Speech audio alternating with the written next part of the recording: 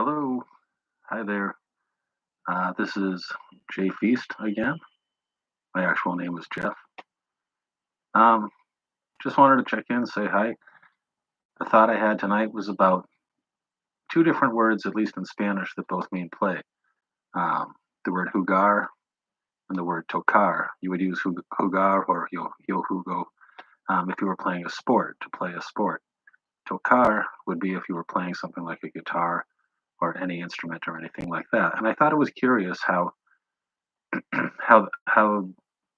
we in English use the same word play for both of those things. And I got to thinking about it. Um, it seems like when you practice an instrument or a sport at first, it's really not much like playing. It's hard. You know when you first try to hit a baseball being pitched to you, it's hard. When you first try to learn how to play Stairway to Heaven on a guitar, it's hard. But as you go, it gets easier. With practice, it gets easier and it gets more fun. And as it becomes more fun, it becomes play. Um, Guitar or any instrument, I play guitar, but any instrument would be a good example in that, at first it can be torturous to try to make your hands do these things that normal human hands just don't do. And then at the same time, do something else with your other hand to coordinate with the first hand.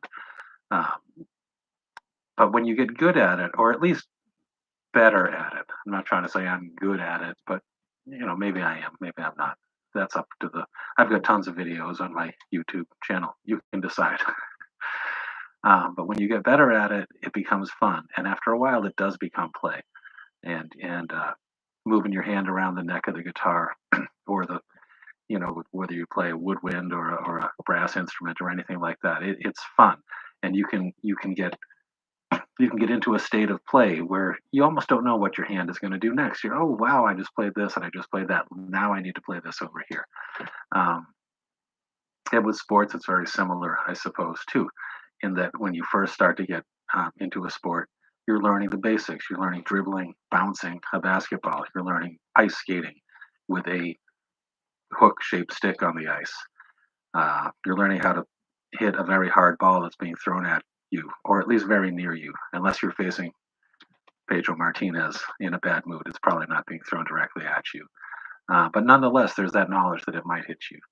Um, but when you get good at it, it does become a sense of play. So I just kind of wanted to think about those two words, jugar and tocar, to use the Spanish language. And if anybody on earth happens to be watching this video or ever does watch this video, I wonder if other languages do the same thing with, you know, different words for different types of play, whereas in English we kind of use one word. Or if you can think of a word in English that describes a different type of play than the ones that I've described, I'd be very interested to hear about that also. So that's my thoughts on play tonight, and hope you all are having a good night. I will see you when I see you. Peace.